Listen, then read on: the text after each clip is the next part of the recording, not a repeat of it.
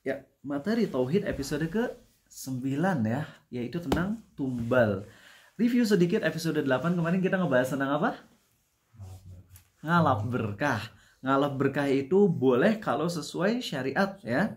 Kalau ngalap berkah yang tidak diperbolehkan adalah ngalap berkah yang emang bertentangan dengan syariat Islam, seperti ngalap berkah ke kuburan-kuburan orang-orang yang dianggap soleh. Kemudian tanahnya itu dicampur sama minuman kita terus diminum. Ini sesat, ini bid'ah, dan ini bisa masuk ke dalam kesyirikan, syirik kecil maupun syirik besar. Dan hadis yang kemarin yang kita highlight, hadis tentang apa, masih ingat? Regan? Tentang apa coba? Hadis yang terakhir. Power up senjata. Ayo. Gus pohonnya itu tentang Dzatu Anwat ya, pohon yang dipakai untuk istirahat, berteduh, dan ngegantungin senjata biar senjatanya jadi power up. Power up jadi nambah kekuatan versi orang musyrik. Dan itu adalah kesyirikan ya kalau kita nganggap ada pohon yang bisa ngasih kekuatan dan sebagainya. Oke, itulah episode 8 yang kalian bisa tonton di YouTube. Dan sekarang kita masuk ke materi episode 9 insyaallah. Bismillahirrahmanirrahim. Ala Rasulillah. Innal hamdalillah nahmaduhu wa nasta'inuhu wa nastaghfiruh. Sungguh segala puja dan puji hanya milik Allah. Kita puji Dia, kita mohon perlindungan dan ampunannya. Wa na'udzu billahi min syururi anfusina wa min sayyiati a'malina. Kita mohon perlindungan kepada Allah dari keburukan diri kita dan keburukan amal perbuatan kita. May yahdihillahu fala mudhillalah. Barang siapa yang Allah beri hidayah, tak akan ada seorang pun yang bisa menyesatkan. Wa may yudlil fala hadiyalah. Dan barang siapa yang Allah sesatkan, tak akan ada seorang pun yang bisa memberi petunjuk. Asyhadu an la ilaha illallah. Aku bersaksi tiada Tuhan yang berhak disembah dengan benar kecuali Allah. Wa asyhadu anna Muhammadan abduhu wa rasuluh. Dan aku pun bersaksi Muhammad adalah hamba dan rasulnya. Amma ba'du. Allahumma sholli wa sallim ala Muhammad wa ala ali Muhammad. Sedikit aja ingin ngebahas satu hadis yang singkat. Nabi SAW bersabda, barang siapa yang melakukan dosa sembunyi-sembunyi, hendaklah dia melakukan amal soleh sembunyi-sembunyi. Dan barang siapa yang melakukan dosa terang-terangan, hendaklah melakukan amal soleh terang-terangan. Dan kita ngelakuin dosa baik sembunyi-sembunyi maupun terang-terangan banyak.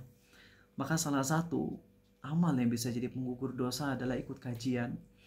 Makanya sekali lagi Aat terus ngingetin, jangan tinggalin kajian sekotor apapun kita, sebanyak apapun dosa kita, jangan pernah ninggalin kajian. Karena kalau kita udah ninggalin kajian berarti kita nambah keburukan di atas keburukan. Ya, udah keburukan dosa ditambah dengan keburukan kejahilan, kebodohan terhadap ilmu syar'i. Dan ini adalah hal yang sangat bisa membinasakan kita di akhirat. Maka kalau kalian lagi kajian, pastikan ya, kalau lagi kajian, sering ingetin dari 4 tahun yang lalu, sering ingetin kalau kita lagi kajian, apalagi ngebahas tentang Allah, hadirkan di hati kita bahwasanya Allah tuh lagi menatap kita, Allah siap mengampuni kita, Allah siap merahmati, menyayangi, dan menjaga kita di atas hidayah. Coba kalau kita punya feeling kayak gitu tuh adem loh teman-teman. Kita lagi baca Al-Fatihah aja, kalau kita baca sambil kita meyakini respon Allah sebagaimana dalam hadis sahih Muslim, kalau kita lagi baca Alhamdulillahi Rabbil Alamin, Allah membalas apa? Hamidani abdi, hambaku telah memujiku. Pas kita lagi baca Ar-Rahmanir Rahim, yang maha pengasih lagi maha penyayang, Allah membalas Athna alayya abdi, hambaku telah menyanjungku. Maliki yaumiddin, penguasa hari pembalasan, Allah membalas fawwadha ilayya abdi, hambaku pasrahkan dirinya padaku. Kalau kita lagi baca Al-Fatihah dalam sholat, lalu kita merasakan respon Allah tersebut yang berdasarkan hadis sahih qudsi riwayat Muslim, ya, maka feeling saat lagi sholat enak banget, nggak akan buru-buru kita lagi sholat. Tapi kalau kita nggak ngehayatin itu ya kita jadi turbo speed. Maka sekarang pun kalau kalian lagi kajian, lalu kalian di hati meyakini Allah lagi natap kalian, itu feelingnya beda.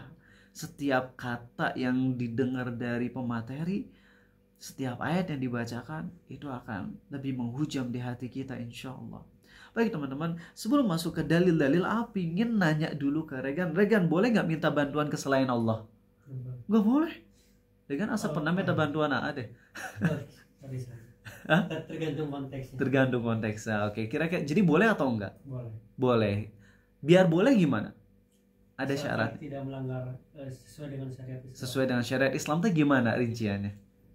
yang intinya tuh yang apa ya, sesuai dengan Quran dan Sunnah, dan ya harus logis juga sih. Oke. Pertolongan atau minta bantuan. Iya. Ini A masih ingat banget, ini materi yang A tekankan banget di film Naruto Hijrah 1 dan 2 Rizal, walaupun udah di hide dari YouTube ya. Tapi A masih ingat, ini poin yang penting banget. Dafa tahu nggak? Syarat kita boleh minta bantuan ke selain Allah apa? Seingat saya itu logis dan Logis, orangnya itu mampu untuk orangnya mampu. melakukannya gitu. Oke, baik. Ada yang bisa? Gufron tahu? Belum? Oke. Satu, hidup. Hidup. Makhluknya hidup. Ya. Dua, hadir. Oke. Tiga, sanggup. Itu 3 syarat minta bantuan kepada selain Allah. Kalau 3 ini nggak ada, musyrik kita bisa jadi. Satu, ingat ya, minta bantuan ke selain Allah itu syarat pertama. Ini syarat mati ini ya, harga mati. Satu, hidup makhluknya. Dua, hadir. Hadir. Tiga, sanggup. AA minta bantuan ke orang yang udah mati, boleh nggak? Nggak boleh, musyrik. AA minta bantuan ke Regan, tapi Regannya nggak hadir di sini, boleh nggak? Tergantung. Kalau Regan ada di rumahnya, lalu Arizal ngomong kayak gini, Regan, bantu aku. Murtad Arizal. Karena AA manggil Regan, Regan di rumahnya, AA nggak punya telekinesis. Dan nggak bisa, itu musyrik jadinya. Tapi kalau Regan di rumah, AA di sini, lalu AA minta bantuan via telepon WhatsApp, boleh. Jadi hadir tuh nggak harus fisiknya bareng sama kita, nggak apa-apa walaupun fisiknya jauh, tapi asal ada media yang bisa menyambungkan antara kita dengan orang yang kita minta bantuan, paham? Nah gitu, ya. AA minta bantuan ke mama kalau misalnya, atau ini kan ada tuh orang-orang aliran sesat di negeri sana yang ketika minta bantuan ke gurunya tuh gini, wahai guru bantu aku. Bahkan ada ini bahaya banget, film Imam Bukhari.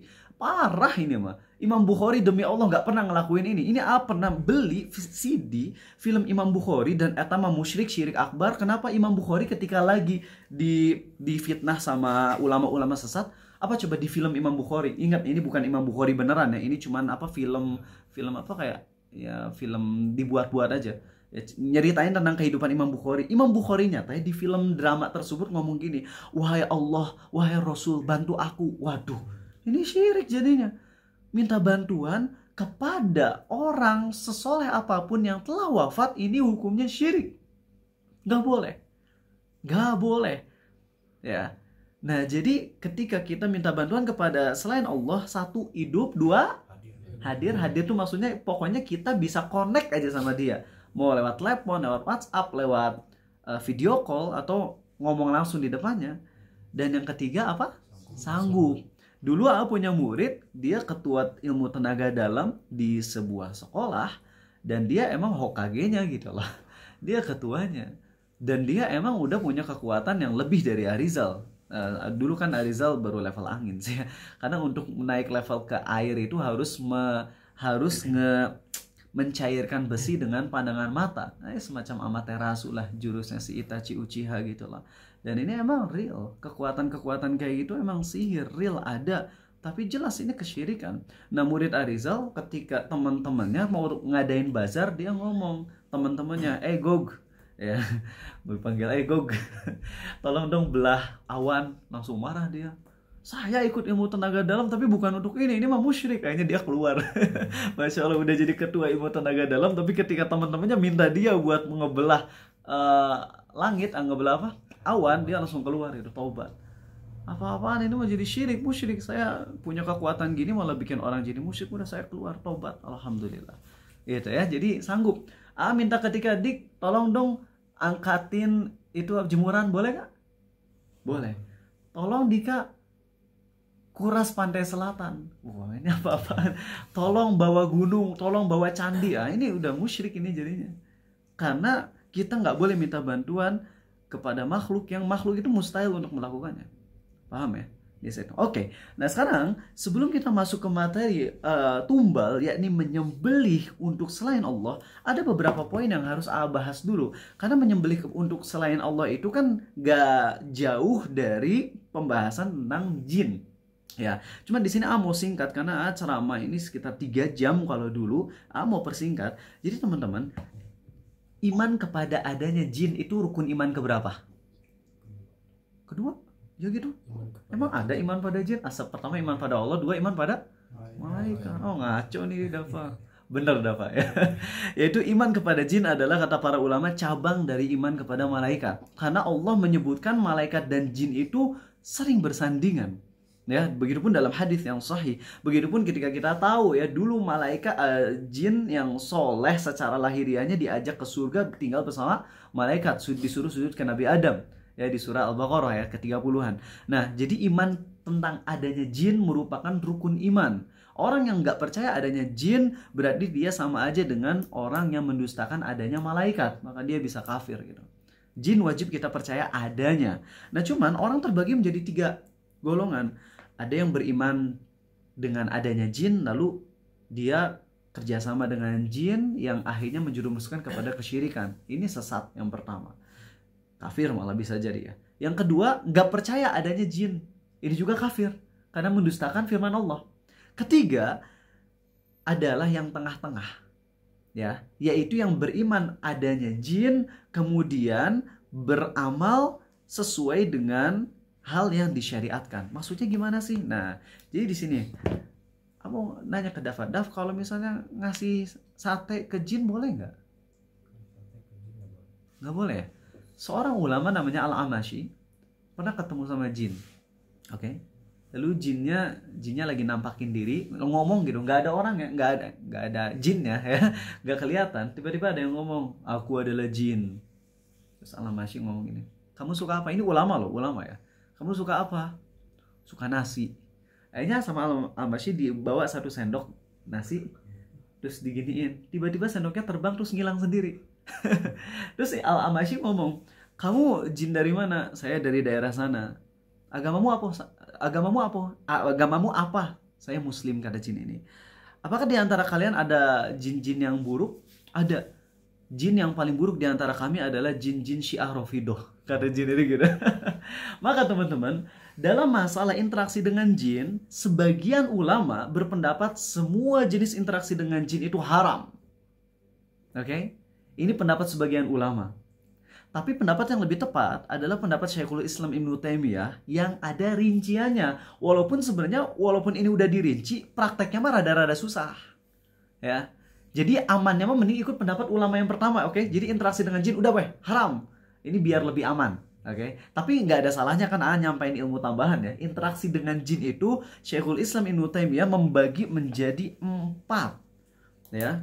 Pertama, minta bantuan ke jin untuk perkara yang halal dan jinnya tidak minta imbalan apapun. Ini halal. Misalnya dulu ada film Jin dan Jun kan, si jinnya lagi datang terus habis itu si Jun bilang, Om Jin, tolong dong pijitin aku. Oke, siap Jun. Terus dipijitin. Makasih ya, jazakumullahu khairan. Nah, itu boleh. Ini pertama ya, yaitu minta bantuan ke jin yang halal dan gak minta imbalan. Dalilnya apa? Jelas, surah An-Naml, di mana Nabi Sulaiman berkata, tiba-tiba ngeblank ini ya. Qala ifritum minal jinni ana atika bihi qabla an taquma min maqamik. Ya, ketika Nabi Sulaiman berkata, wa ya ayyuhal mala'u ayyukum ya'tini bi arsyiha qabla an ya'tuni muslimin. Hai para pembesarku, siapa yang bisa ngebawa singgasana Ratu Balkis tersebut sebelum dia datang ke sini dalam kondisi tunduk? Dan berkatalah Ifrit, aku bisa ngebawain sebelum kau bangkit dari tempat dudukmu. Nah, di sini Nabi Sulaiman minta kan ke Ifrit, minta bantuan. Nah, kalau seandainya minta bantuan ke jin itu disamaratakan semuanya kafir, Nabi Sulaiman na'udzubillah dong. Ya, na'udzubillah, nggak mungkin kita bilang Nabi Sulaiman kafir kan. Maka yang pertama minta bantuan ke jin, tapi jinnya nggak minta imbalan sama sekali, ini hukumnya boleh. Kedua, minta bantuan ke jin untuk sesuatu yang halal dan jinnya minta imbalan, tapi imbalannya bukan sebagai persembahan, tapi sebagai akad ijaroh, akad sewa menyewa jasa. Misal, jin, kita minta bantuan ke jin, lalu jinnya bilang, oke, saya mau ngebantu kamu, tapi tolong bayar saya 50.000 rupiah. Terus kita balikin, nah jin minta 50.000, emang di sana pakai apa? Di dunia jin emang bayar pakai 50.000, terus si jinnya ngomong oh enggak gitu. Cuman saya kalau lagi ke dunia manusia lalu saya pengen beli sate, kan saya harus punya uang manusia. Kalau saya bayar kayak dulu ada film Susananya, biasanya beli sate dikasihnya daun gitu, uang lalu berubah jadi daun, kan zolim jadinya si jinnya. Maka kalau jin ini kita minta bantuan ke jin, lalu jinnya minta imbalan berupa hal yang halal tapi bukan persembahan, ini hukumnya halal juga. Ini halal juga. 3, minta bantuan ke jin untuk perkara yang haram. Ya, perkara yang haram. Tapi tidak minta imbalan berupa tumbal atau sesembahan, ini hukumnya haram, tapi nggak kafir. Ya, misalnya anjur, oh jin, tenggel tas siregan. Letak gitu. Nah, itu dosa, tapi nggak kafir ya Rizal. Yang keempat, minta bantuan ke jin, terserah mau minta bantuannya mau halal atau haram, tapi si jinnya minta imbalan berupa persembahan. Ya, misalnya suruh nyembelih ayam untuk dipersembahkan untukku, atau misalnya nyuruh untuk nginjek Quran, maka ini kafir, jelas sepakat ulama. Itu 4 rinciannya. Bisa dipahami? Nah, walaupun Syekhul Islam Ibnu Taimiyah merinci dengan 4 hal ini, tapi ada poin penting. Ingat 3 syarat bolehnya minta bantuan ke selain Allah. Apa? 1, hidup. Jin hidup nggak? Hidup. 2 apa? Hadir. Dari mana kita tahu jinnya hadir? Itu dia. Berarti satu-satunya posisi di mana kita bisa minta bantuan ke jin adalah kalau jinnya lagi nyamar jadi orang. Gitu. Atau jinnya nggak nyamar tapi ada suaranya. Oh, aku jin. Oh, jin. Ifrit, tolong bakar ini daging sate gitu. Misalnya kita minta bantuan gitu. Nah, tapi susah. Apalagi jin terkenal pendusta. Bisa jadi kita awalnya ngiranya itu boleh, tapi ujung-ujungnya jin menyudutkan kita, akhirnya jatuh kepada kesyirikan. Itulah kenapa pendapat ulama yang pertama lebih aman, yaitu udah jangan interaksi sama jin. Paham ya? Ya, apalagi nikah sama jin. Walaupun mayoritas ulama berpendapat itu larangannya makruh, nggak sampai haram, tapi naonan nikah sama jin, nikah sama manusia dia udah punya trouble dengan mertua dan sebagainya, ini nikah sama jin nanti walimahan teh gelas terbang gitu. Udah viral gitu ya. Ini suaranya hilang gitu. Masa enggak? Aman kan ya? Oke. Aman, oke, siap. Ya, baik ya. Jadi itu ya untuk kerjasama dengan jin ya. Nikah sama jin juga walaupun ada yang berpendapat boleh, Imam Syafi'i, mazhab Syafi'i berpendapat halal, mayoritas ulama berpendapat makruh, sebagian berpendapat haram, Imam Malik berpendapat makruh, tapi udah mending jangan. Intinya gitu, jangan. Oke, baik. Setelah udah pembahasan itu, baru kita sekarang masuk ke pembahasan tentang ini ya, tentang tumbal. Baik. Nah, menyembelih hewan, ya, menyembelih hewan ada 4 faktor yang harus diperhatikan. Ini banyak poin-poin, jadi kalian kudu konsen ya. Ada 4 faktor yang harus kalian perhatikan. 1, si penyembelih. Oke, si penyembelihnya. 2, hewan yang disembelih. 3, niat. 4, ucapan. Oke. Dika, 1. Orangnya. 2, hewannya. Bagus. 3, niatnya. niat. 4,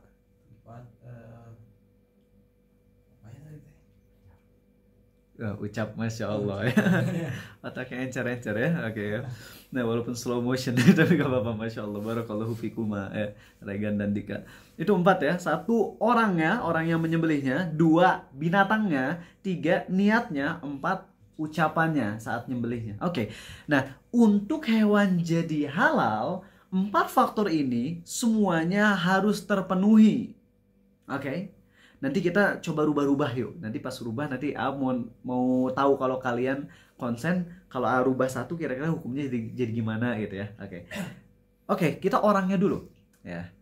Orangnya harus Muslim atau Yahudi atau Kristen.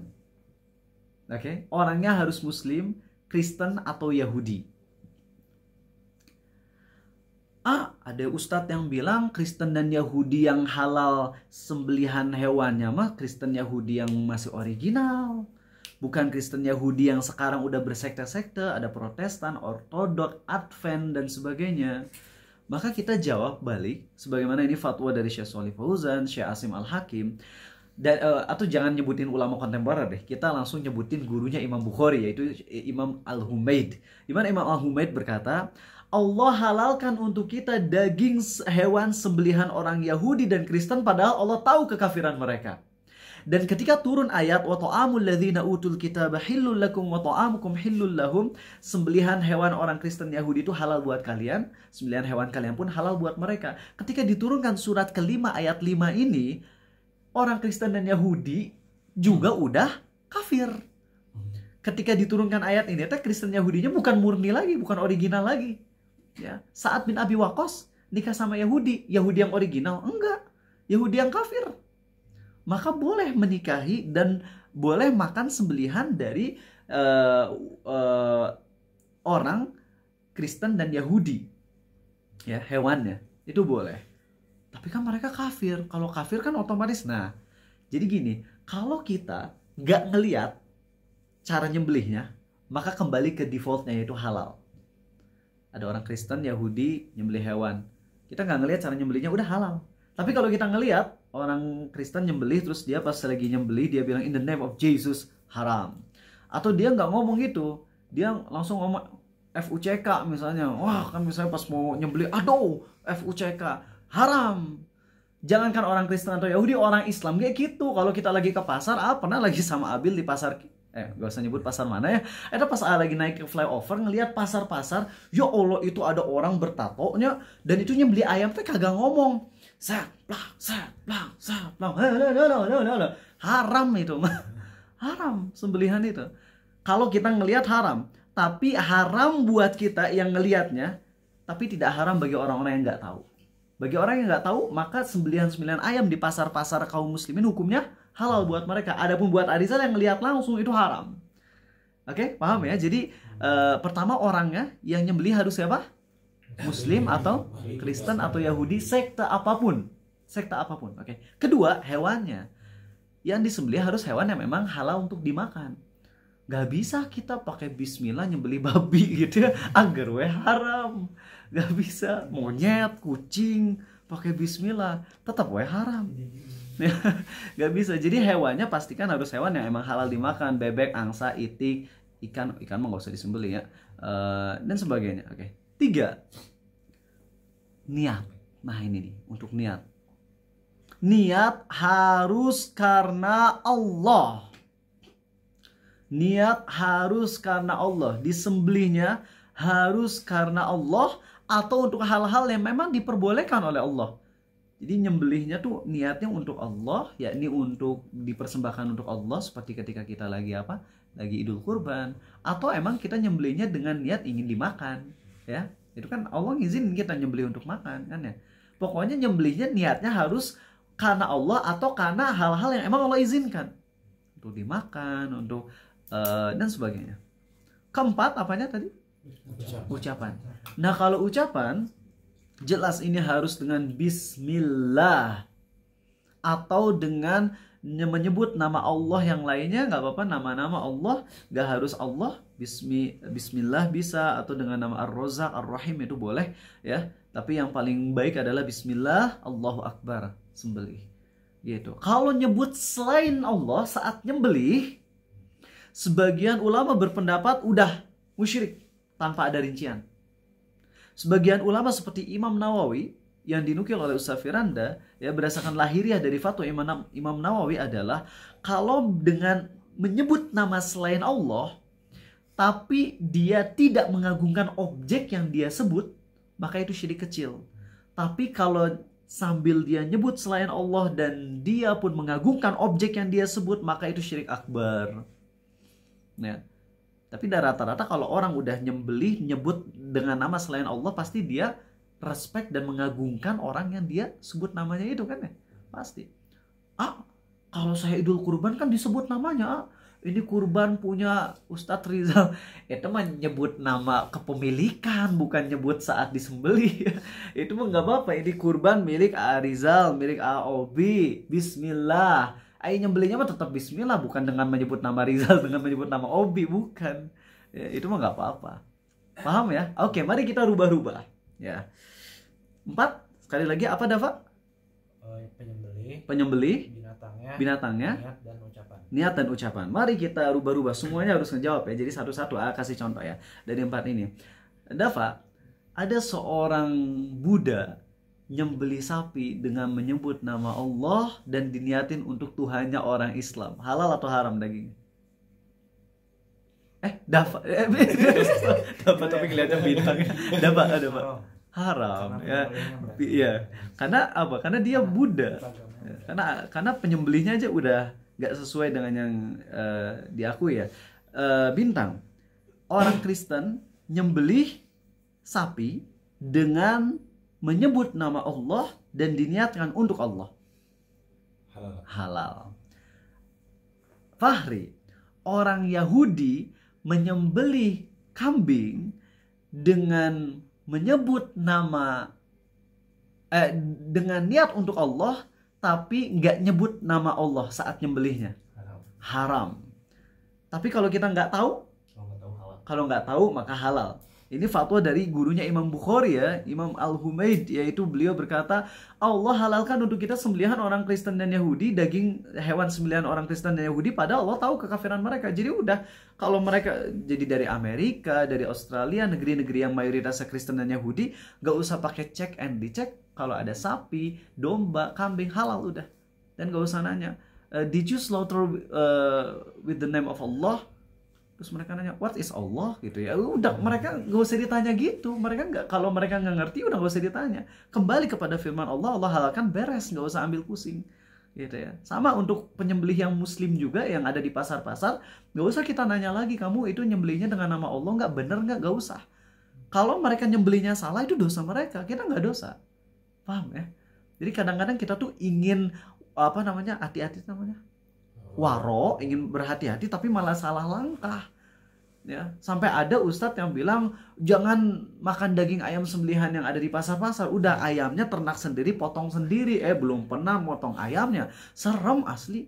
Motong ayam teh pas uratnya dipotong si ayamnya kenyal-kenyal enak, tapi pas udah bagian tulang pakai pisau kecet kayak ngegaruk tembok kan, dia ngilu ya.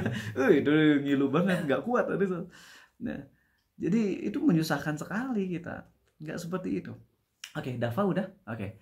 Belum ya? Dafa. Ada orang Kristen nyembelih kucing dengan menyebut nama Allah untuk Allah. Haram ya. Jika ada orang Islam nyembelih sapi dengan menyebut nama Allah, tapi dia niatkan untuk Nyi Roro Kidul. Haram, bukan cuman haram, tapi dia murtad dari Islam. Ya.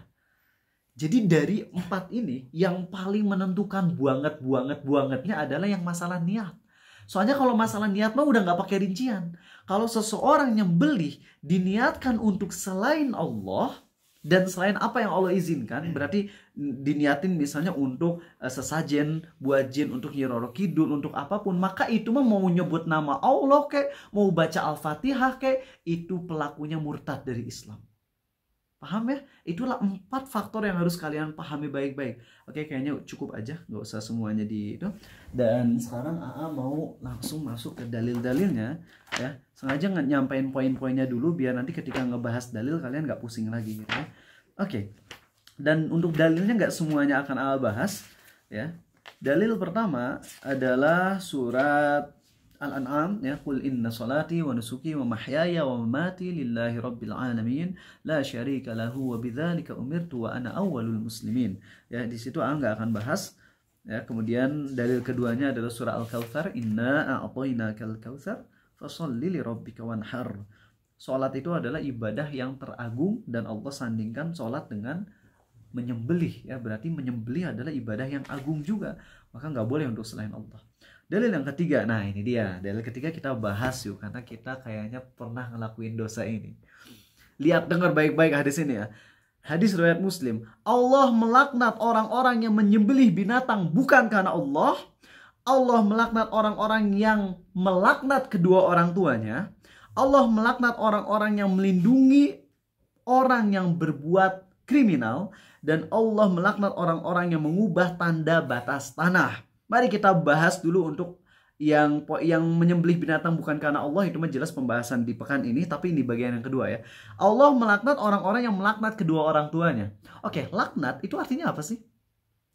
Abu As-Sa'ad ya, beliau seorang ulama menyampaikan gini, laknat, kalau Allah melaknat berarti artinya Allah menjauhkan hamba dari ampunannya. Paham ya? Jadi kalau Allah melaknat hambanya berarti Allah jauhkan dari kasih sayang, dari ampunan kepada hamba tersebut. Adapun kalau orang melaknat, itu artinya dua. Kalau misalnya na'udzubillah melaknat Dafa, melaknat Dafa berarti artinya dua. Bisa jadi teh doa ke Allah supaya Allah melaknat Dafa, itu makna dari laknat, dari versi Arizal. Atau arti dari laknat kedua adalah mencaci. Jadi mencaci juga laknat dalam istilah Islam. Nah terus ini gimana Allah melaknat orang yang melaknat kedua orang tuanya? Yakni Allah melaknat orang yang mencaci kedua orang tuanya. Emang gimana cara mencaci kedua orang tua? Dalam hadis yang lain Nabi SAW menyampaikan salah satu dosa terbesar adalah ketika seseorang mencaci kedua orang tuanya. Ya Rasulullah, bagaimana mungkin seseorang mencela kedua orang tuanya? Kemudian beliau bersabda, yaitu ketika seseorang mencaci orang tua dari orang lain, lalu orang lain tersebut mencaci orang tua dia, maka itu dosanya besar banget. Zaman-zaman SMP masih ingat gak ya? Ibuna kuntilanak, bapaknya tukang minyak, ayahnya keparat, anaknya laknat gitu. Aduh, parah etamanya. Kita kalau sampai ngomong kayak gitu sebut nama bapak, nanya diejek, anaknya namanya misalnya Michael, ayahnya Acep gitu ya, atau Cecep. Terus ayahnya dimain-mainin namanya. Ya aduh dah, nama Cecep, nama Asep buat generasi dulu mah keren. Ya kalau sekarang ya jangan disamain gitu. Terus kalau emang udah ada beda generasi ya nggak usah ngejek-ngejek dan nyindir, udah gitu. Kalau emang nyebut nama ayahnya bikin ketawa, ya jangan nyebut nama ayahnya, sebut aja ayahmu gitu ya. Ayahmu gak usah nyebut namanya. Kalau emang nama ayahnya tuh nama yang astagfirullah, banyak yang ketawa kayaknya pernah ngelakuin dosa ini kalian ya. Hati-hati teman-teman, ini dosa besar banget. Kalau kita ngejek orang tua teman kita, lalu teman kita ngejek orang tua kita, balasannya kita dilaknat Allah. Kenapa sekarang kalian ngerasa mungkin kok nggak bisa ninggalin maksiat? Ya, bisa jadi karena kita dilaknat oleh Allah. Cuman kita lupa. Ingat Muhammad bin Sirin berkata, aku tahu kenapa aku sekarang bangkrut. Yaitu karena 40 tahun yang lalu aku pernah ngejek seseorang, dasar bangkrut. 40 tahun lalu dosanya, Allah balasnya di 40 tahun kemudian. Ibnu Sirin rugi miliaran rupiah, kalau dirupiahkan, kemudian masuk penjara, bangkrut bisnis parfumnya. Nah pas udah beli parfum, kan parfum 1 milinya kalau kesturi itu sekitar 7 juta rupiah tuh kalau kesturi ya. 1 mili berarti 1 liter 7 miliar loh. Bayangin Muhammad bin Sirin udah punya 1 drum minyak wangi, kejatuhan tikus, najis semuanya dan gak bisa disucikan kalau kayak gitu. Ya udah dibuang, kebayang berapa miliar, bangkrut Muhammad bin Sirin, dan itu karena dosa 40 tahun yang lalu. Nah, makanya sering-sering tobat. Sekali lagi ngajarin kalian kalau lagi ada waktu yang mustajab, inilah 3 doa yang selalu panjatkan. Dan sengaja memamerkan ini biar ditiru. Ya, 1, doa agar Rizal, istri, anak, dan murid-murid terdekat Rizal dimatikan dalam kondisi taubatan nasuha. Bahkan sebut beberapa orangnya dengan namanya. Sebut. Kedua, doa ke Allah agar kalau aku pernah zolim kepada siapapun, ya Allah buatlah orang-orang yang pernah aku zolim itu mau memaafkan aku dunia dan akhirat. Ketiga, pingin kalau pernah menyesatkan orang dengan cara apapun, Allah hentikan kesesatan mereka dan Allah hentikan dosa jariah Rizal. Itu 3 doa yang Rizal tuh selalu baca. Kalau ada kesempatan doa mustajab, itu 3 doa itu dulu deh, baru doa yang lain. Baru doa minta kaya, doa minta diberkahi, doa minta ini itu. Tapi 3 doa itu tuh jangan dilewatkan. Karena kalau 3 doa itu dikabul, kebayang sih enaknya ya. Rizal mungkin banyak maksiat banget, tapi dosa jariah stop, matinya pas taubatan nasuha, orang yang pernah azolimi memaafkan, udah selamat itu. Iya gak sih? Tapi kalau misalnya kita mati dalam kondisi husnul khotimah, mati pas ngaji, tapi punya dosa jariah, gimana itu? Ngaji pahalanya jariah nggak? Enggak.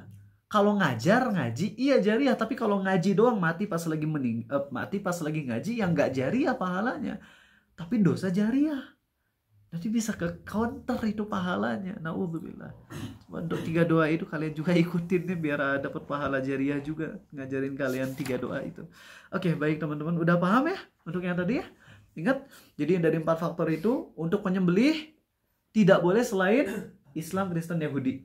Untuk niat udah itu mah hanya boleh untuk Allah doang, titik. Kalau untuk niat selain Allah udah syirik akbar itu mah. Gak ada rincian syirik kecil, syirik besar, gak, syirik akbar, titik. Oke. Untuk nyebut nama selain Allah, sebagian ulama berpendapat udah itu mah syirik. Gak usah ada rinciannya lagi. Tapi Imam Nawawi berdasarkan fatwa lahiriah, lafaz fatwanya, kalau Imam Nawawi merinci kalau seseorang menyebut nama selain Allah lalu dia mengagungkan objek yang dia sebut namanya, baru itu kafir.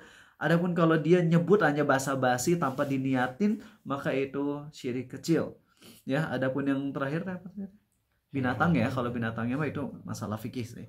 Oke, jadi kita udah paham semua poin tersebut. Oh ya, dan Allah melaknat orang yang melindungi perbuatan pelaku kriminal. Ini maksudnya kriminal yang pantas untuk dihukum secara Islam. Adapun kalau kriminal yang tidak dihukum secara Islam, misalnya teman kita suka nonton film yang haram, ya, kemudian ada orang yang zina dan kita cuman 1 orang yang ngelihatnya, maka ini nggak boleh dilaporin.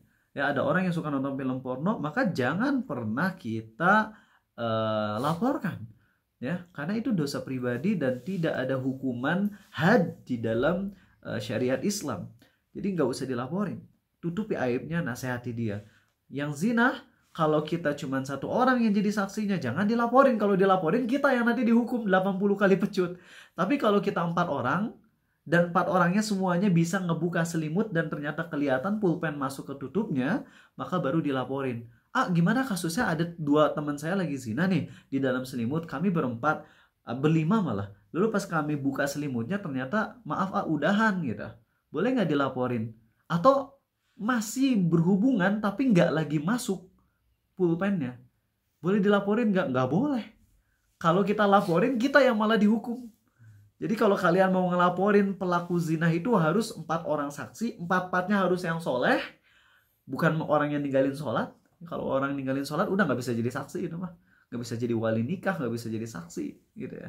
Dan 4-4-nya harus ngelihat pulpen masuk ke tutupnya. Sekarang yang jadi pertanyaan, mana ada orang soleh yang mau ngeliatin begituan, ya gak sih? Karena itu di dalam sejarah Islam belum pernah ada satupun kejadian orang dihukum rajam atau dihukum pecut 100 kali karena adanya 4 orang saksi, belum pernah ada. Tapi asal pernah ngelihat orang dirajam? Iya, yang dirajam itu orang yang ngaku sendiri. Pelakunya yang ingin mensucikan diri dari dosa ngaku, aku dirajam aja biar aku disucikan dari dosa gitu. Jadi rata-rata orang yang dihukum teh orang yang emang menyerahkan dirinya ke polisi-polisi syar'i gitu. Adapun yang dilaporin belum pernah ada kasusnya, soalnya susah banget. Susah asli. Di kamar hotel misalnya zina, baru buka pintu aja pasti udah kocar kacir itu yang lagi zinanya, nggak mungkin bisa kelihatan gitu. Kecuali kalau kita semuanya jadi ninja, merayap-rayap, terus habis itu silent killer, silent mode gitu semuanya, terus habis itu ngelihat langsung, tapi udah gawe gitu ya, nggak ada kerjaan kayak gitu tuh. Oke, baik teman-teman. Dan yang terakhir adalah Allah melaknat orang yang mengubah tanda batas tanah. Hati-hati kalian yang nanti punya tanah, jangan sekali-kali kalian menggeser batas tanah tersebut walaupun cuma 1 senti. Nabi SAW bersabda, barang siapa mengubah batas tanah 1 jengkal, maka akan dikalungkan 7 lapis bumi di lehernya pada hari kiamat. Hadis Sahih Muslim. Kebayang berapa megaton bumi kita, dan itu bakal dikalungkan di leher kalau kita cuman mindahin segini. Dapat 1 jengkal tanah berapa kira-kira harganya? Hah? Harganya? Gak tahu ya. Kalau 1 meter persegi berapa sih? 3 juta 4 jutaan ya kalau nggak salah sekarang ya. 1 jengkal ya mungkin 1 jengkal ya mungkin 1 juta lah. 1 juta. Nah itu 7 lapis bumi dan dilaknat sama Allah. Inna'udzubillah. Lalu gimana dengan orang-orang yang korupsi lebih dari 1 juta gitu lah. Serem itu dosanya asli teman-teman. Baik teman-teman, kita sekarang masuk ke pembahasan yang terakhir. Dan ini adalah hadis yang sebagai penutup. Ini agak pelik. Mohon konsentrasi di bagian terakhir. Ya, konsentrasi yang kuat di bagian terakhir. Ini adalah satu hadis yang Syekh Muhammad bin Abdullah At-Tamimi mengatakan ini adalah ucapan Nabi SAW. Namun pendapat yang lebih sahih adalah ini bukan ucapan beliau, ini adalah ucapan dari sahabat Sulaiman atau Salman Al-Farisi dari Thariq bin Syihab. Thariq bin Syihab ini ulama beda pendapat apakah tabi'in atau sahabat. Mayoritas ulama berpendapat Thariq bin Syihab ini adalah sahabat, ya. Maka intinya dari segi sanadnya sahih. Cuman mereka beda pendapat ini ucapan Nabi SAW atau ini ucapan Salman gitu. Oke. Yang lebih tepat adalah ini ucapan Salman Al-Farisi, dan Salman Al-Farisi mengambil kisah ini dari kitab-kitab terdahulu sebelum Quran. Dan kita tahu Nabi SAW bersabda, ceritakanlah tentang kisah-kisah Bani Israel, tidak ada dosanya. Ya, tidak ada dosanya. Jadi kalau ada kisah-kisah dari Bible yang mana kisah tersebut tidak bertentangan dengan Quran dan hadis, itu boleh kita ceritakan, boleh kita ambil pelajarannya, boleh. Ya, apalagi Salman ulamanya Kristen, ulamanya Islam juga Salman Al-Farisi itu. Dulu Salman ketika jadi Kristen, ketika Salman tobat dari Majusi menuju Kristen yang original, beliau ulamanya, dan ketika masuk Islam juga jadi ulamanya tuh Salman Al-Farisi. Maka sangat bisa dipegang dong cerita dari Salman Al-Farisi ini. Oke. Jadi kisahnya gini. Salman Al-Farisi berkata, ada seseorang yang masuk surga gara-gara lalat dan masuk neraka gara-gara lalat. Akhirnya ditanya, oh gimana tuh kisahnya, ceritanya? Maka Salman pun menjawab, ada dua orang yang melewati sekelompok orang yang memiliki berhala. Jadi lagi ngelewatin sebuah kampung yang ada berhalanya. Mereka tidak memperbolehkan, jadi guardian of the village-nya, penjaga kampungnya, tidak memperbolehkan seseorang pun untuk melewati berhala tersebut atau melewati kampung atau tempat tersebut kecuali setelah mempersembahkan sesuatu. Mereka pun berkata kepada salah satu di antara keduanya, ya, persembahkanlah sesuatu untuknya. Kemudian orang yang satunya ngejawab, saya nggak punya sesuatu untuk guardiannya, penjaga kampung atau penjaga berhala tersebut bilang kepada dua orang yang lagi jalan ini, persembahkan sesuatu, jadikan tumbal. Kemudian orang itu bilang, saya nggak punya apapun untuk jadiin tumbal, untuk dipersembahkan aku nggak punya apa-apa. Kemudian si penjaga berhalanya bilang, persembahkan apapun walaupun cuma seekor lalat. Maka satu orang mempersembahkan seekor lalat. Dalam teks atsar yang lain, orang ini cuma ditepis tuh lalatnya, bukan disembelih ya, tapi diplak gitu, terus dialungkan gitu, tak gitu. Kemudian diizinin masuk. Setelah masuk mati. Dan yang satu lagi disuruh persembahkan lalat, dia nggak mau dan dia pun mati dibunuh oleh penjaganya. Ya. Dan yang satu masuk neraka selamanya dan yang satu masuk surga. Nah, di sini tolong jeli ya. Tadi dari kisah yang tadi saya sampaikan, yang mana dulu yang masuk? Yang mana dulu yang dikasih kesempatan? Yang masuk neraka dulu atau yang masuk surga dulu? Yang masuk neraka dulu ya. Benar kan? Oke. Yakin?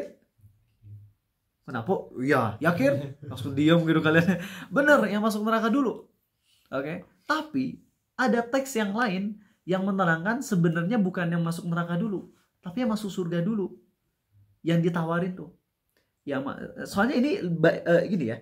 Dua redaksi hadis yang berbeda ini, hadis mauquf alias ucapan Salman Al-Farisi. Dua redaksi hadis yang berbeda ini sangat menentukan hukum loh, sangat menentukan hukum. Kalau yang pertama kan yang neraka dulu ya, baru yang surga ya. Kalau kita ambil teks yang pertama, oke? Ambil dulu teks yang pertama, yang masuk neraka dulu. Yang mau masuk surga, dia kan nggak tahu bahwasanya kalau nolak bakalan dibunuh. Dia nggak tahu kan? Ya yang satunya kan mempersembahkan buat berhala, diizinin aja masuk, udah. Sedangkan yang kedua, dia nggak mau. Habis itu apa? Dibunuh. Padahal sebelumnya dia nggak diancam, tapi dibunuh. Yang pertama tahu nggak kalau temannya dibunuh? Nggak tahu. Udah duluan lewat ya. Tapi sebenarnya teks yang lebih bisa menguatkan adalah teks yang kedua. Jadi terkadang para ulama menyampaikan hadis itu atau atsar itu dengan dibolak-balik lafaznya. Itulah kenapa sebagian ulama lebih menguatkan teks hadis riwayat Muslim daripada Bukhari. Karena Imam Muslim kalau meriwayatkan hadis itu tekstual banget, nggak mau dirubah satupun dari urutannya, nggak mau Imam Muslim. Sedangkan Imam Bukhari kadang dirubah teksnya. Bukan teksnya, urutannya. Selama tidak mengubah makna, nggak ada masalah kalau kata Imam Bukhari. Nah, jadi teks yang AA lebih cenderung memegangnya adalah yang dibunuh dulu alias yang muslim dulu. Jadi dua orang ini muslim asalnya. Dua orang ini muslim, jalan ke kampung, ada berhala, disuruh persembahkan. Yang pertama bilang, saya nggak mau mempersembahkan untuk selain Allah. Dibunuh. Dibunuh. Yang satu lagi, mau diizinin masuk. Berarti orang yang kedua, kalau berdasarkan teks yang kedua, orang yang masuk neraka, tahu nggak? Andai dia nggak ngasih sesajen, dia bakalan dibunuh, dia tahu nggak? Tahu. Ngerti gak? Ini rada berat deh. Soalnya, untuk teks hadis yang kedua teh, yang ditawarin teh, yang nolak dulu. Kamu kasih sesajen, nggak mau, celop, mati. Wah, yang di sebelahnya, saudaraku dibunuh. Kamu kasih sesajen. Ya udah dia kasih. Maju aja. Mati. Terus masuk neraka kata Salman Al-Farisi. Baik. Udah paham ini kisahnya? Kisahnya dulu aja. Pelajarannya nanti A sampaikan. Oke. Dari sini ulama terpecah menjadi beberapa pendapat. Kita kalau pakai teks hadis yang kedua, yakni kan yang pertama itu dia kan dibunuh. Karena nggak mau ngasih sesajen, syahid jadinya ya. Yang kedua, dia ngasih sesajen. Karena alasan dia ngasih sesajen apa? Ya takut dibunuh kan ya? Iya nggak sih?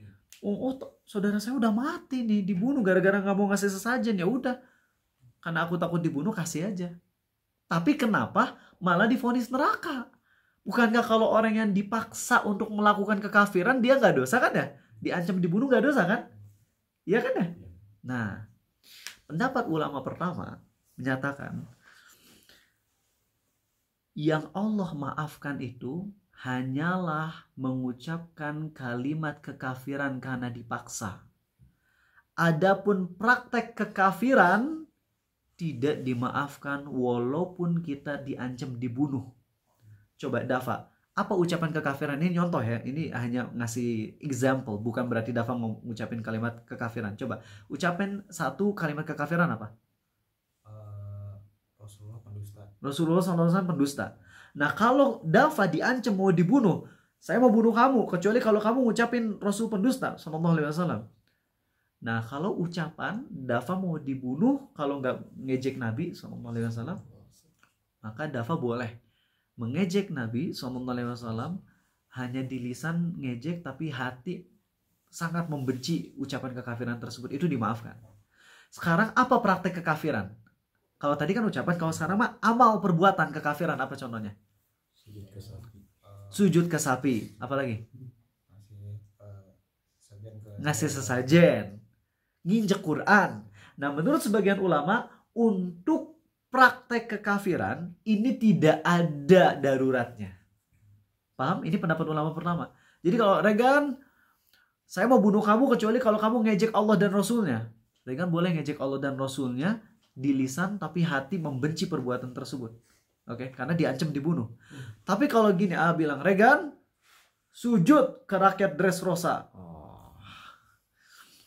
Kalau enggak saya bunuh kamu. Kalau Regan sujud ke masyarakat Dressrosa, tetap murtad. Gitu. Ini pendapat sebagian ulama. Jadi pendapat ulama yang pertama adalah kalau ucapan kekafiran itu dimaafkan kalau kita emang diancam. Adapun kalau perbuatan kekafiran tidak dimaafkan. Walaupun diancam mati, injak Quran. Kalau enggak kamu dibunuh. Tetap kita nggak boleh injak Quran. Injak Quran kalau enggak kamu dibunuh. Tetap kalau kita nginjak Quran kita murtad. Ini pendapat ulama yang pertama. Makanya di hadis ini walaupun dia diancam mau masuk diancam kalau kamu nggak ngasih sesajen kamu bakalan dibunuh. Akhirnya dia ngasih sesajen tapi tetap masuk neraka, ya.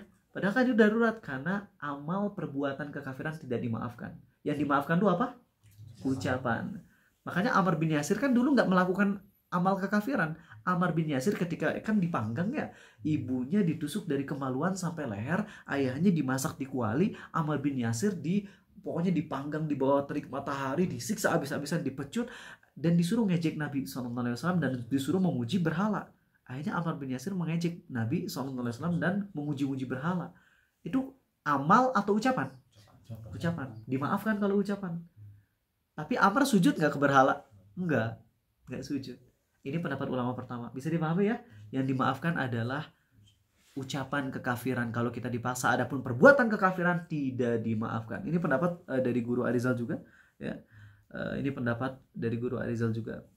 Apakah Arizal berpendapat ini? Enggak. Arizal nggak cenderung ke pendapat ini. Ya, pendapat yang A pegang adalah pendapat mau ucapan kekafiran kek, mau amal perbuatan kekafiran kek, kalau kita emang ancamannya nyawa, kita dimaafkan. Dafa disuruh sujud ke selain Allah, kalau enggak dibunuh. Akhirnya Dafa sujud ke selain Allah, itu dimaafkan. Ya. Terus kenapa dong di hadis ini masuk neraka? Iya gak sih? Kok di hadis ini tetap masuk neraka? Jawabannya karena ini terjadi pada umat sebelum Nabi Muhammad SAW. Umat sebelum Nabi Muhammad itu SAW, mereka mah emang gak ada istilah terpaksa. Jadi untuk umat sebelum Nabi SAW itu, mereka kalau maksiat walaupun karena dipaksa, diancam dibunuh, mereka tetap gak boleh maksiat. Makanya umat Nabi Muhammad SAW itu dikasih keringanan banget. Dimana beliau bersabda, Nabi kita SAW bersabda, umatku dimaafkan untuk 3 hal. 1 karena apa? Karena dipaksa. 2 karena lupa. 3 karena apa? 1 lagi ya? Hah? Tidak tahu ya? Oh ini dia ya. Sesungguhnya Allah memaafkan umat untukku bagi umatku kesalahan. Kesalahan itu berarti nggak sengaja ya. Ketidaksengajaan. Itu 1 ya. Lupa dan dipaksa. Ini khusus untuk umat Nabi Muhammad SAW. Makanya dalam kisah Ashabul Ukhdud, orang-orang diancam, kamu kalau nggak mau keluar dari agama tauhid, maka kamu harus masuk solokan, masuk ke dalam api. Mereka semua memilih api. Kenapa? Karena nggak ada paksaan pada zaman dulu. Maksudnya kalau dipaksa lalu kita murtad, walaupun pura-pura, tetap itu hukumannya kafir. Itu untuk umat terdahulu. Kalau umat sekarang enggak. Alhamdulillah. Orang-orang di Rohingya, di mana lagi sih? Uighur ya, mereka kan mau puasa Ramadan tapi kan dipaksa tuh. Yang di percampingan itu harus makan, harus minum, maka makan dan minumnya mereka tidak membatalkan puasa Ramadan mereka. Itulah indahnya syariat Nabi Muhammad SAW. Inilah pendapat yang pegang ya, yaitu ucapan maupun perbuatan kekafiran kalau kita dipaksa, paksanya bukan cuma sekedar diancam mau ditonjok. Kalau sujud ke berhala, kalau enggak gue tonjok. Itu belum darurat. Darurat itu 1, kalau kita mau dipotong bagian tubuhnya atau ditonjok dengan tonjokan yang bisa kita yakini cacat permanen. Misalnya saya pukul kepala kamu pakai tongkat baseball. Itu bisa mati itu. Kalau nggak mati pun bisa geger otak gitu. Itu udah darurat. Tapi kalau kamu nggak mau kayak gitu, saya bakalan tonjok, itu belum darurat. Apalagi kalau cuma diejek doang. So kalau kamu nggak mau, ini mau ada bazar, saya pawang hujan, kalau enggak diejek 1 kelasen, ayo. Itu belum darurat. Kalau kita ke pawang hujan gara-gara diancam mau diejek, kafir kita, murtad. Paham ya? Jadi ingat loh, paksaan itu 1 kalau kita tubuhnya mau dicacati permanen, atau kalau kita mau dibunuh, itu baru darurat. Kalau belum sampai situ, itu belum darurat. Itu pendapat yang kedua dari para ulama tentang kisah ini. Ada juga pendapat yang ketiga, yakni di dalam kisah tersebut orangnya belum terpaksa, ya, karena mereka masih bisa kabur sebenarnya. Orang yang itu masih bisa cari jalan alternatif lain. Tapi ini malah nyembeli, ya, ini masuk neraka. Ini pendapat yang ketiga, tapi biar kalian gak bingung, intinya pendapat yang paling kuat adalah pendapat yang pertama dan kedua. Ya, tapi Arizal lebih cenderung ke pendapat yang kedua, dan ini yang lebih tepat ya, karena Nabi SAW bersabda bahwasanya aku dan umatku diberi kespesialan, keistimewaan dengan apa? Dimaafkan untuk ketidaksengajaan, kelupaan, dan juga dipaksa. Adapun umat terdahulu tidak dimaafkan. Paham pembahasannya? Alhamdulillah. selama 3 jam dirangkum jadi 54 menit. Alhamdulillah biiznillah ya teman-teman. Dan ini perjuangan nyiapin materinya 5 jam Arizal di hari ini, dan sangat berharap ke Allah, semoga Allah terima amal ini buat Arizal dan buat kalian juga. Dan sekarang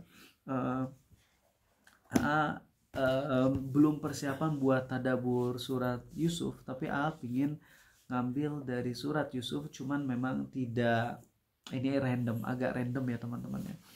Yaitu apa?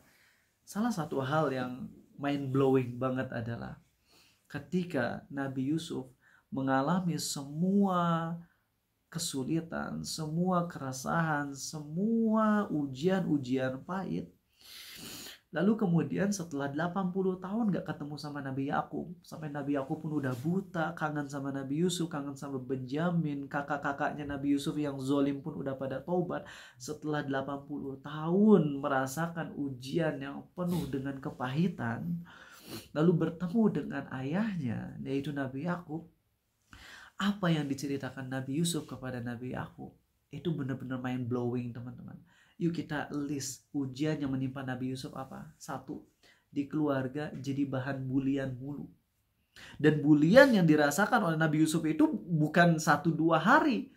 Yang di highlight di Quran memang pas dimasukin ke sumur ya. Tapi itu buliannya tuh udah sering. Makanya kenapa ayahnya Nabi Yusuf gak ngizinin kakak-kakak Nabi Yusuf untuk pergi sama Yusuf. Karena emang udah sering dibully kelihatan. Jadi Nabi Yusuf itu dari kecilnya udah sering dibully sama kakak-kakaknya. Itu aja udah bikin stres. Lalu kemudian memuncak ketika Nabi Yusuf mau dibunuh dan dilempar ke dalam sumur.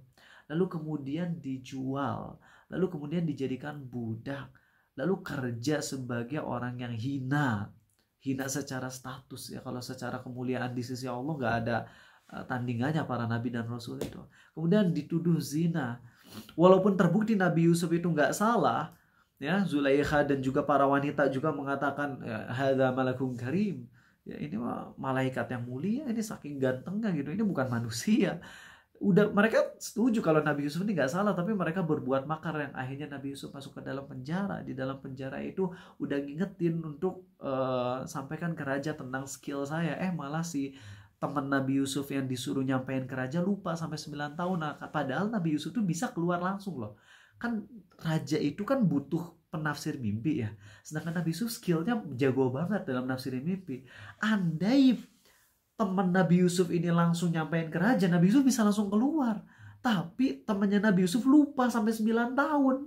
Akhirnya Nabi Yusuf ada di penjara 9 tahun. Kemudian habis itu keluar dan sebagainya. Dan ketika ketemu sama kakaknya lagi, Nabi Yusuf lagi-lagi dituduh sama kakaknya.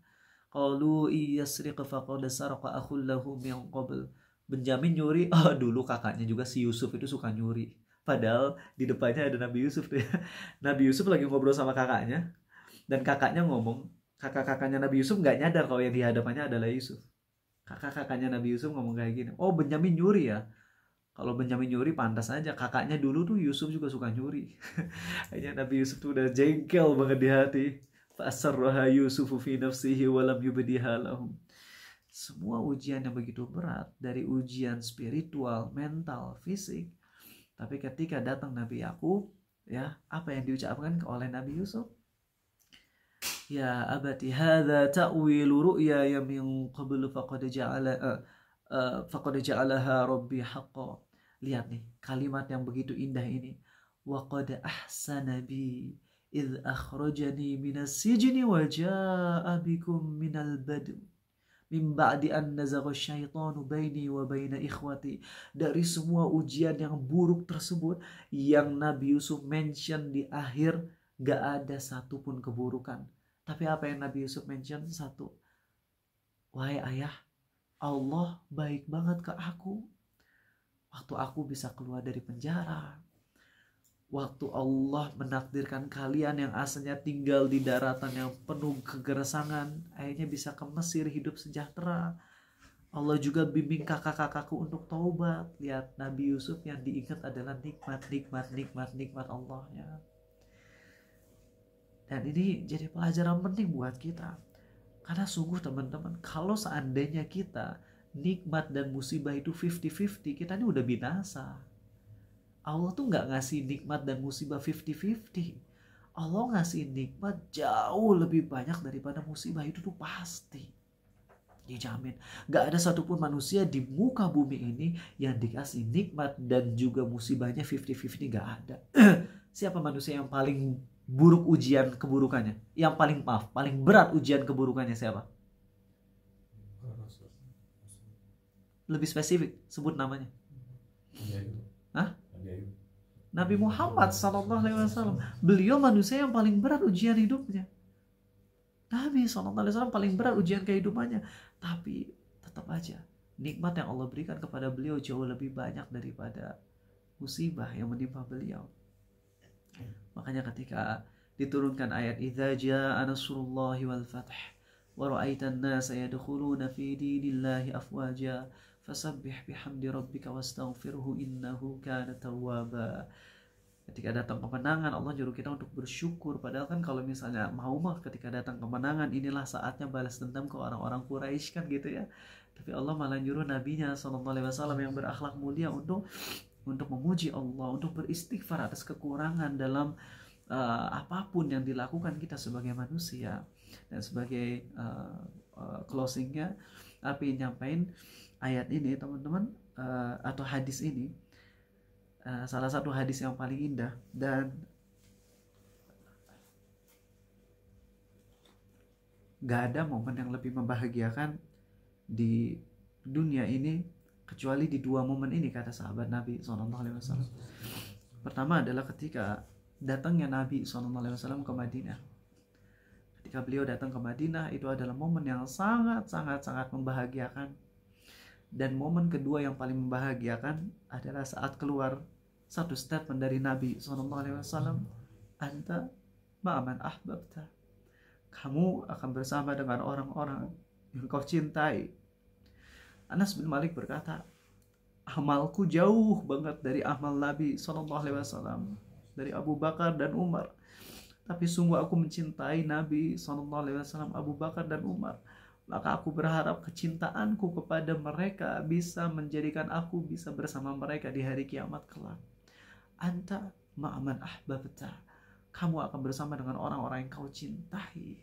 Itu adalah momen yang terindah di Madinah. Dua momen terindah adalah saat Nabi SAW datang ke Madinah. Kedua adalah saat beliau bersabda, anta ma'aman ahbabta, engkau akan bersama dengan orang yang kau cintai. Kenapa? Karena para sahabat nyadar amal mereka jauh dari amal Nabi SAW. Dengan perasaan itu aja para sahabat jadi agak pesimis, akan-akan aduh kalau aku jauh amalnya dari Nabi SAW, aku nggak bisa bareng sama beliau dong di akhirat, nggak bisa ketemu sama beliau dong di akhirat. Tapi ternyata dengan bermodalkan cinta kepada beliau bisa menjadikan kita berkumpul bersama beliau di hari kiamat. Maka pastikanlah cintai orang-orang yang soleh, cintai orang-orang yang berjuang untuk taat kepada Allah. Doakan ampunan kepada kaum muslimin, kepada Allah untuk kaum muslimin. Ketika kita ngelihat ada teman kita yang soleh berbuat salah, nasihati dan doakan hidayah serta ampunan buat dia. Sebagaimana kita ingin selamat, kita pun ingin mereka selamat di akhirat. Gitu ya.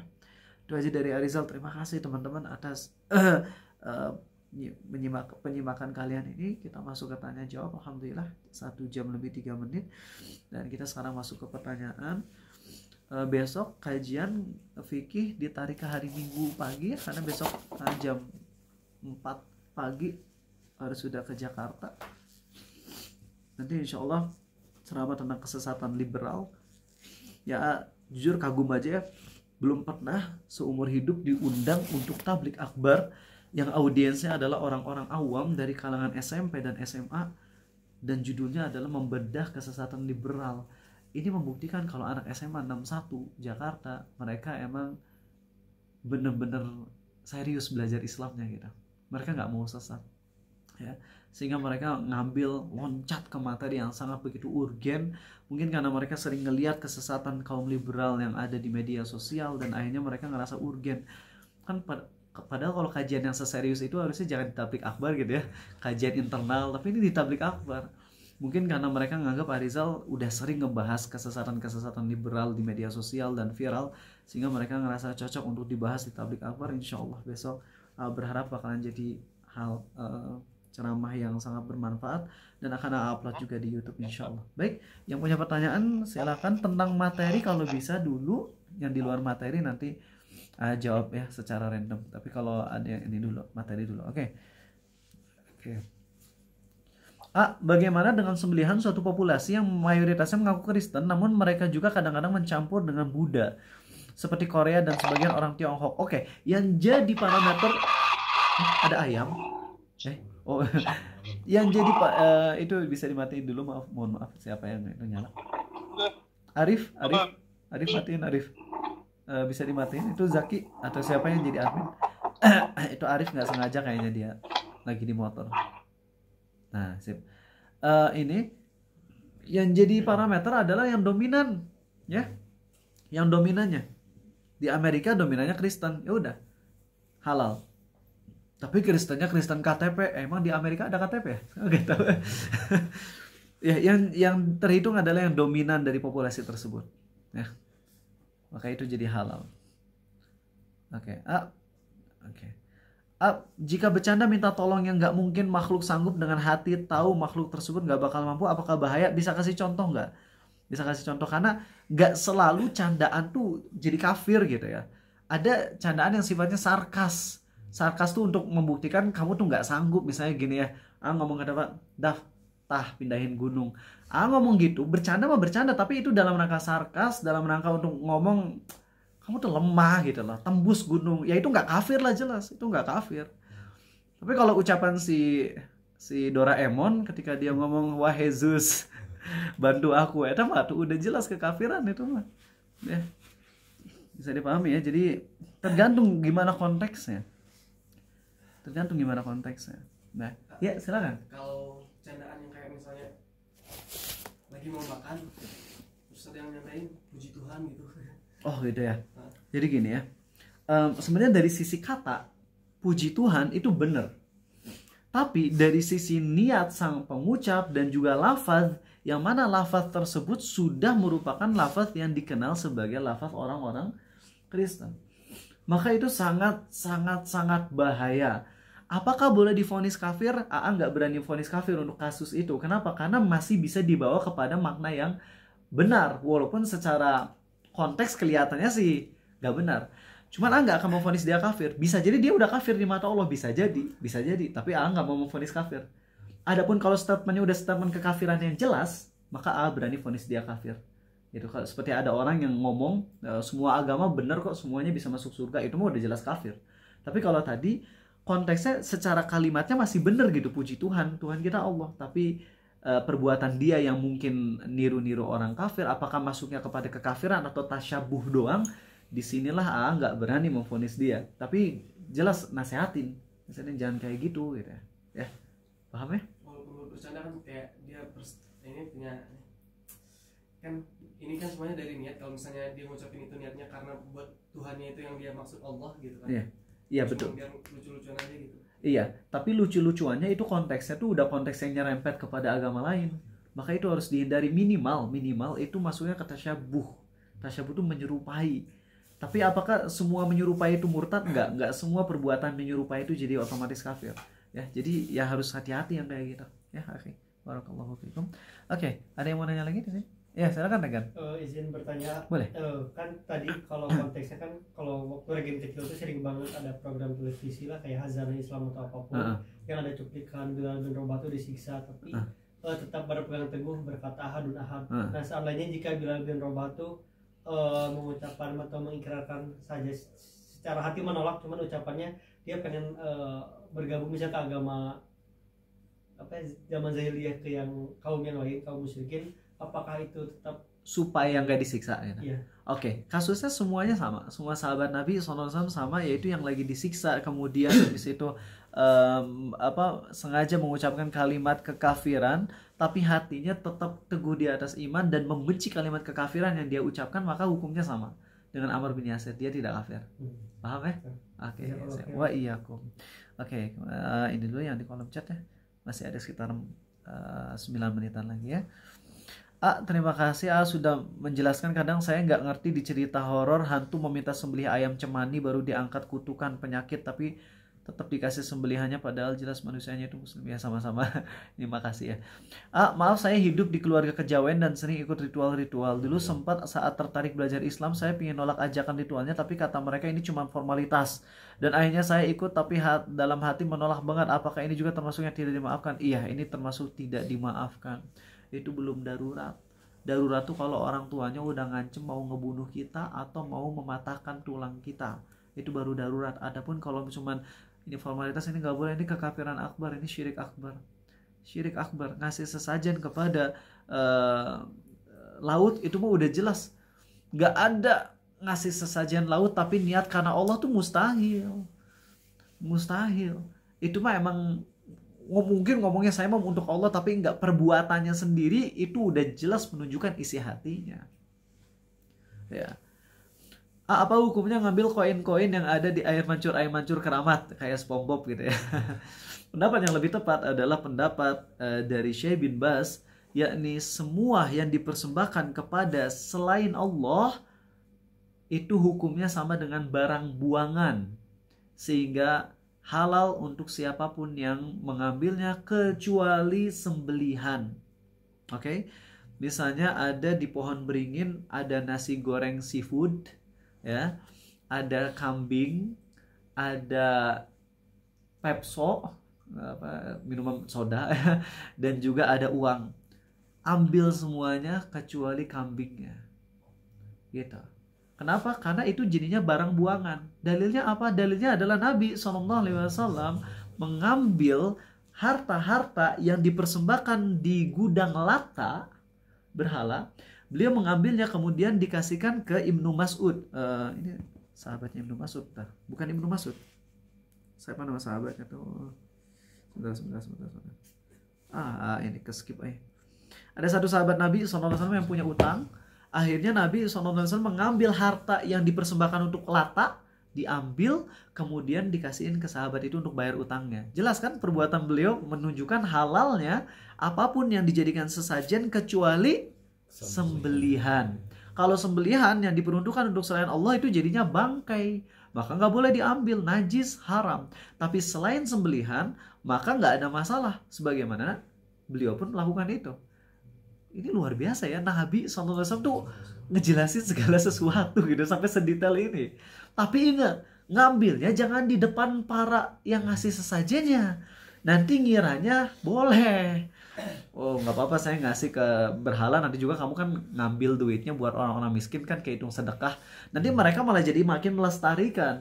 Nabi SAW ngambil harta dari Lata tersebut untuk sahabat, tapi Nabi paling vokal SAW dalam melarang. Iya nggak? Vokal banget beliau melarang kaum musyrikin dari menyembah selain Allah.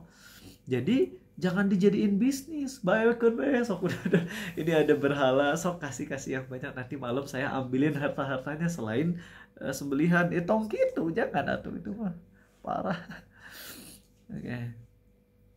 Oke. Chandra, kalau kita habis makan ayam dan ada sisa tulang lalu kita baca bismillah dan makanannya buat kucing, tapi di sisi lain pernah mendengar bahwa tulang itu makanan jin. Jika baca bismillah menjadi makanan jin yang muslim. Sebenarnya bukan pas lagi makan baca bismillah, tapi yang tahu dalam teks hadis adalah ketika kita menyembelih sapi atau hewan dan kita menyebut nama Allah, maka itu akan lebih melimpah ruah di alam jin. Ya, dan ingat kita nggak usah mikirin jin, nggak usah. Mereka punya dunia sendiri, kita dunia kita, dan jangan sampai perbuatan kita jadi terhalangi gara-gara mereka. Makanya sangat tidak setuju, walaupun ini dikeluarkan fatwanya oleh guru kita tercinta Ustadz Yufitnya siapa yang terkenal? Aminur Baiz. Gak boleh nyiram air panas ke WC karena nanti ada jin yang tersakiti. Tapi sangat tidak setuju dengan pendapat ini. Kalau ada jin yang tersakiti dengan air panas yang tuangkan, pertama, salah jin. Kenapa di situ? Kedua, jin kan eta tuh gaib, aku nggak ngelihat. Terus kok bisa ya jin yang gaib tersakiti dengan air dari dunia saya gitu? Jangan, itu mah paling kalau adanya si jinnya teriak kayak itu, bisa aja jinnya emang ngibul eta teh. Cuman ngehoax deh, sangat mungkin jinnya itu bohong. Sangat mungkin jinnya bohong ke kita cuma buat nakut-nakutin kita. Sehingga akhirnya kita jadi membuat teori sendiri, jangan nyiram itu ke WC, itu air panas. Sewaktu Nabi Isa turun, dia datang untuk menghancurkan keyakinan umatnya yang salah. Pas umat Nabi Isa itu umat Islam. Masa dihancurin umat Islam, maksudnya umat yang salahnya, umat yang sono, yang nyembah Nabi Isa. Pasti waktu itu banyak dari umatnya kaum Nasrani yang berbondong-bondong masuk Islam. Apakah sewaktu itu masih dibuka? Allah sudah menyampaikan ya. Dan ini adalah tafsir dari surah An-Nisa, wa im min ahlil kitabi illa la yu'minanna bihi qabla mautih. Mautih di sini kembalinya ke siapa? Kalian ngerti enggak tujuannya? Dan tidak ada satupun dari ahli kitab, yaitu Kristen dan Yahudi, tidak ada satupun dari Kristen dan Yahudi yang tidak beriman kepada Nabi Isa sebagai Rasulullah qabla mautih, sebelum kematiannya. Ini maksudnya sebelum kematian Yahudi Nasrani atau sebelum kematian Nabi Isa? Sebelum kematian Nabi Isa. Betul, sebelum kematian Nabi Isa. Jadi Nabi Isa kan akan turun lagi dan beliau akan hidup di dunia selama 7 tahun. Dan beliau akan wafat setelah 7 tahun tinggal di dunia.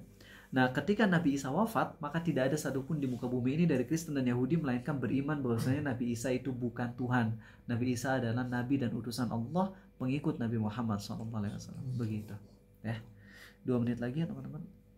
Kalau dipaksa melakukan tindakan kekafiran tapi ancamannya bukan nyawa kita tapi nyawa keluarga kita, itu bagaimana? Itu bukan sebuah nggak berani jawab. Ini pertanyaan yang bagus ya, Ageng. Tanya ke ustadz lain ya, nggak berani ngejawab ya.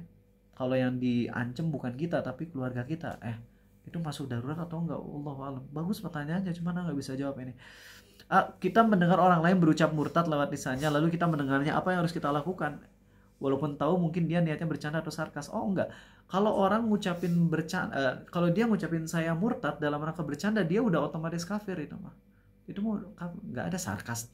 Ketika ngomong saya murtad itu mau candaan, itu udah kafir. Waktu SMA disuruh Jumatan di sekolah, bilang ke Pak Satpam saya mah non muslim Pak. Itu udah murtad ucapan itu teman-teman. Jelas itu udah murtad tanpa adanya keraguan lagi. Ucapan saya non muslim itu udah kafir dia. Sayangnya sebagian orang tuh ngira hati saya mah masih tetap Islam. Ingat, di dalam Islam iman itu mencakup 3 poin, yaitu apa? Keyakinan, ucapan, dan perbuatan. Jadi bukan cuma keyakinan doang. Sampai-sampai ada yang bilang nggak apa-apa saya sujud ke patung Yesus, ke salib, nggak ada masalah selama hati saya meyakini Allah satu-satunya Tuhan saya. Dan itu ketika ngelihat beberapa tiktokers yang followernya ratusan ribu atau jutaan, mereka pergi nyembah patung di daerah sana tuh ya, di air suci. Lalu mereka nyembah patung, izin dulu ke berhalanya, lalu ketika di air sucinya berdoanya ke Allah. Kan ini kacaunya luar biasa. Doanya ke Allah di air suci, tapi sebelum doa ke Allah di air suci, dia harus sujud-sujud dulu dan ngasih sesajen kepada berhalanya. Ketika disampaikan itu kekafiran, dia bilang, oh enggak kok, jangan ngejat saya, kan hati saya tetap yakin Allah Tuhan saya. Ini adalah karena dia salah paham terhadap makna iman. Dia ngira iman itu keyakinan doang, padahal iman di dalam Islam bukan keyakinan doang, tapi keyakinan, ucapan, dan perbuatan.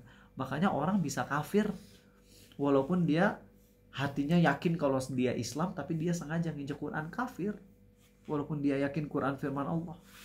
Hati-hati teman-teman ya. Baik, itu aja dari Arizal. Terima kasih teman-teman. Besok nggak ada kajian subuh, hari Minggu insya Allah ada. Ingetin ya BCA-nya, lupa. Besok sampai ketemu di Jakarta. Buat yang mau ikut ke SMA 61, bilang aja lah asisten Arizal gitu. Ya gak apa-apa, kan kalian emang asisten A, selalu kalian adik-adik dekat AA. Kita tutup majelis ini. Subhanakallahumma wa bihamdika, Maha suci Engkau ya Allah dan segala puji bagimu. Asyhadu an la ilaha illa anta, tiada Tuhan yang berhak disembah kecuali Engkau saja ya Allah. Maha suci Engkau dan segala puji bagimu. Tiada Tuhan yang berhak disembah kecuali Engkau saja ya Allah. Astaghfiruka wa atubu ilaika. Aku mohon ampunan padamu dan aku taubat padamu. Assalamualaikum warahmatullahi wabarakatuh. Waalaikumsalam warahmatullahi wabarakatuh.